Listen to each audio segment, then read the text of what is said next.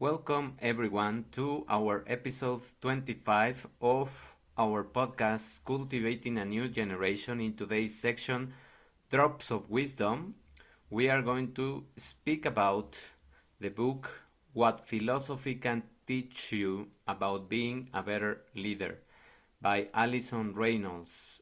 And to start about this topic of how philosophy and how the ancient Greeks can give us some lessons about how to really be a leader, we are going to dive deeper in how using philosophy can help us to set a much better example. Leadership is never about a title or position.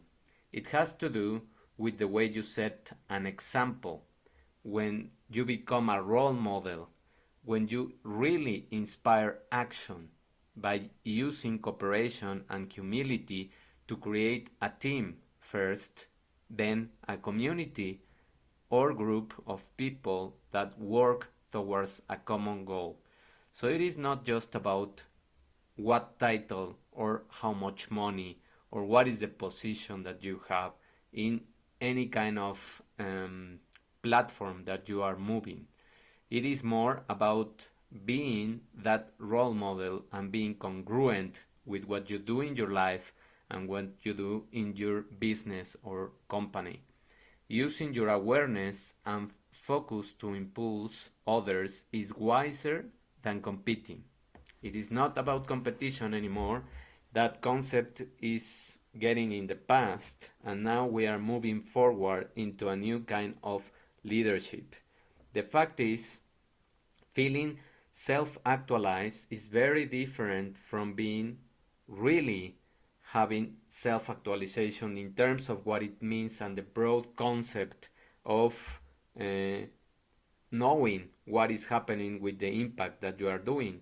That's because when we use the desire to feel good as our only guide, we aren't aiming for anything really substantial. Our feelings are important, but they aren't the only important things. As we'll see, philosophy argues that the good life is less about feeling good and more about pursuing things that are good for us. What makes life meaningful and enjoyable? What is it that makes life more meaningful and enjoyable? For thousands of years, that has been the question, one of the central questions of philosophy. The ancient Greek philosopher Aristotle believed that the answer lies with our ability to reason. In his view, we become self actualized human beings by making rational choices based on what we think is right and wrong. And many times those concepts come from standards that society has labeled, but that's where the awareness comes from. So this is what makes us different from animals who live just to survive, or slaves who have been stripped of their freedom to make choices. And now slaves are also the people that are living in the default mode, just doing things without even thinking of what they are doing. That's also a slave of technology or the standards of society. The main quote in this book is, by using reason, we are able to find what Aristotle calls the middle way. Think of it as the path that runs in between two opposing vices. So this is why the extremes are never good for us. Because whenever you are just working and just being busy, you are not really being productive and you are damaging your own health. When you are lazy and trying just to manifest from your couch, nothing is going to happen. So those are the two extremes. You have to find a middle ground, a middle point. For example, the virtue of courage lies between the vice of rashness and the vice of cowardice. If you are too bold in the face of danger, you are being rash. If you are not bold enough, you are cowardly. But if you act with just the right amount of boldness, you are courageous. So that's the middle point that we have to find, and each one of us has a certain middle point. Unfortunately, there is no one size fits all method to finding the middle way. We have to find it by ourselves by knowing more about how we really enjoy life. What's courageous in one situation might not be courageous in another. Imagine you are under attack, whether on the battlefield or you are being robbed or something dangerous, or you are in a meeting. Those are different scenarios. Should you fight back, or should you try to run? Or if you are in a meeting, should you try to diffuse the conflict and not respond or attack the other person? So we have to ask questions when we are living in these kinds of situations so that we can better decide what to do and not just react. It all depends on the circumstances, and you have to judge this by yourself. And that's why you need to use reasoning to figure out the right course of action. But according to the 19th century German philosopher Nietzsche, there is a more there is more to self-actualization than just using reason. We also have to develop our self-awareness, being more paying attention to what is happening. Self-awareness begins with examining what really drives our behavior and beliefs. For example, this is a fictional situation. Helen might feel that she behaves the way she does because she's a very loving and generous person. But upon self-examination, she may discover that the real reason for her behavior is a deep fear of rejection. So what does she has to do? She has to question more and peel the layers so that she can find out what is the real reason of her acting as people pleaser. Nietzsche argues that once we understand what drives us, we can free ourselves and exert our will to power. This means taking responsibility for crafting ourselves and our lives according to our values. How many times, sorry, do you reflect on the values that you have and on the things that you want? In other words, before we can fulfill our greatest potential, we first need to understand both what drives us and what we are aiming for. Beyond just feeling good today, once we are self-aware, we can self-actualize and we can start thinking about what we want in terms of the future of our lives. Behind these phrases is a philosophical perspective that we are all on one person team, competing with each other. A famous business simulation exercise illustrates how deeply ingrained this perspective is. In this experiment, participants are gathered into groups, and each group is given a pretend fishing company to run. Members have to design the ideal strategy for their company and adapt that strategy as obstacles are introduced.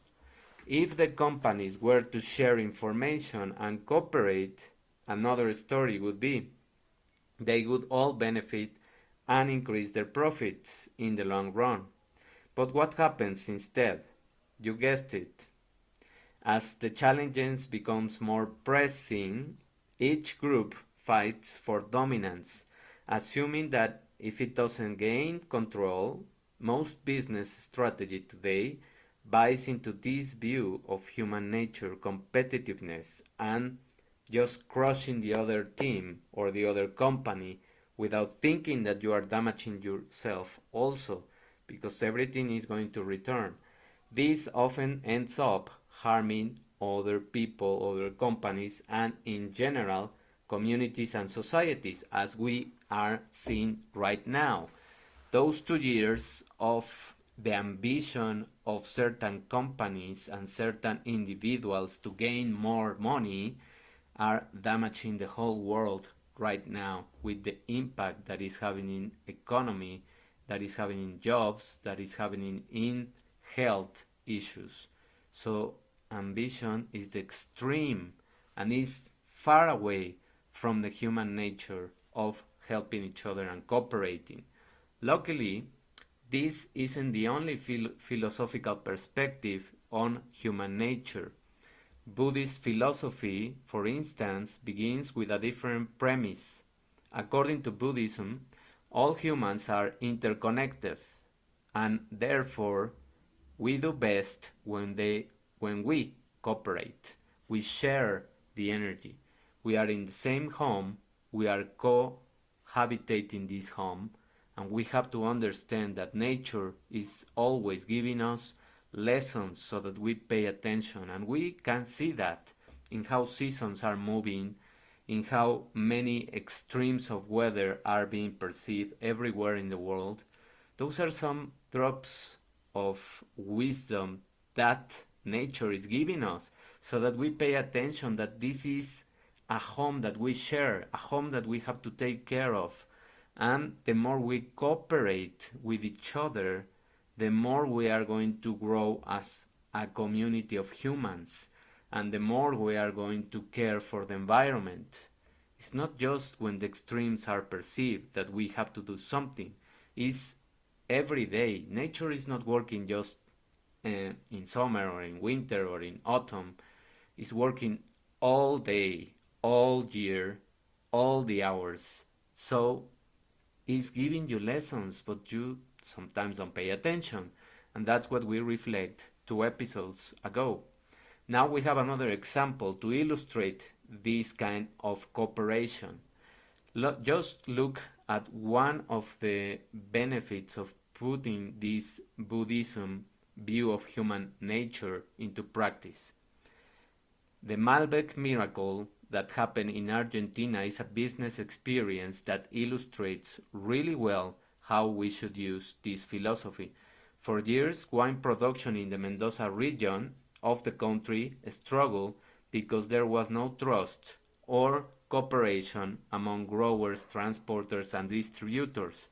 Everything changed when they decided to come together and with the common goal of making the local grape varietal Malbec into a global brand. Their new strategy was based on the idea that what is the best for the individual is best for the group. Not only have bribery, corruption, and mistrust plummeted and disappeared, but Malbec has become the global success they hoped for, and we have seen it every year because that varietal grape of Malbec is one of the best of the world, and we can see in the wines that they are exporting all over the world.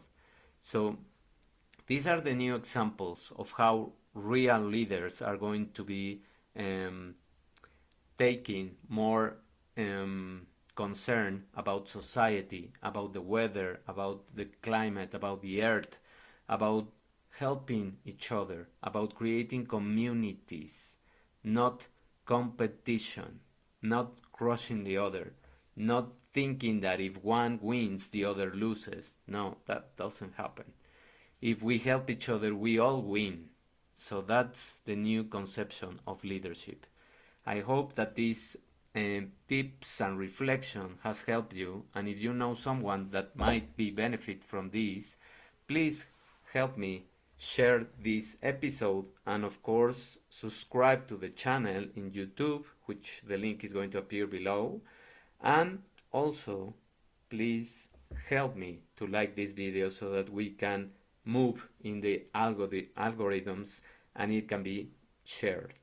Thank you very much for your attention. Have an amazing afternoon and an amazing rest of the week. We will listen to each other on our next episode. Thank you. Bye.